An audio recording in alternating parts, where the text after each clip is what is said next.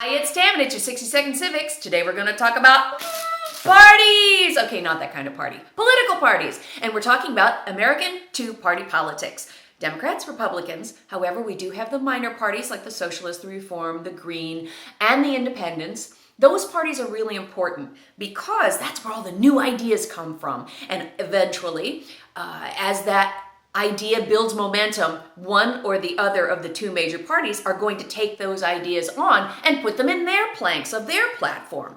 So what's really interesting about the parties is they constantly are running. It's like a business. And every 4 years, they have this big convention and they pick their forerunner, who they want for president, and then they sit down and they itemize their ideas in their constitution, their platform, what they stand for. And what's interesting is over the years, it has changed. So for example, what it was like maybe in the 80s to be a Republican and the things that matter to them.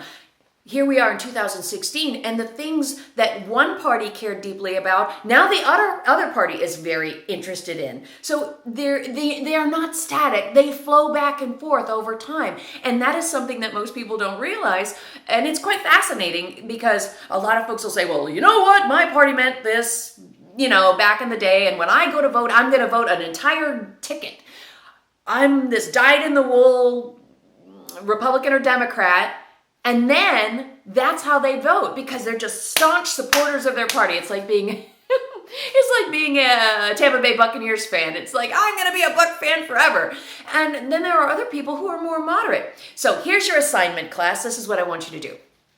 Go to the different websites of the different political parties, Democrats and Republicans, and I want you to download their platform and their attitudes towards certain issues. And I want you to look at it objectively and then circle the things that matter to you, that you think are important, and I bet you dollars to donuts that you're going to find that you are somewhere in the middle of that bell curve. As much as you hear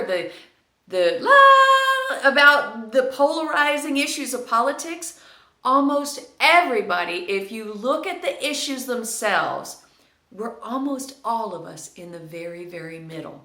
We're almost all of us moderates, even though we might identify with a Democrat or a Republican or a Green or an Independent. So I hope that answers your questions about parties.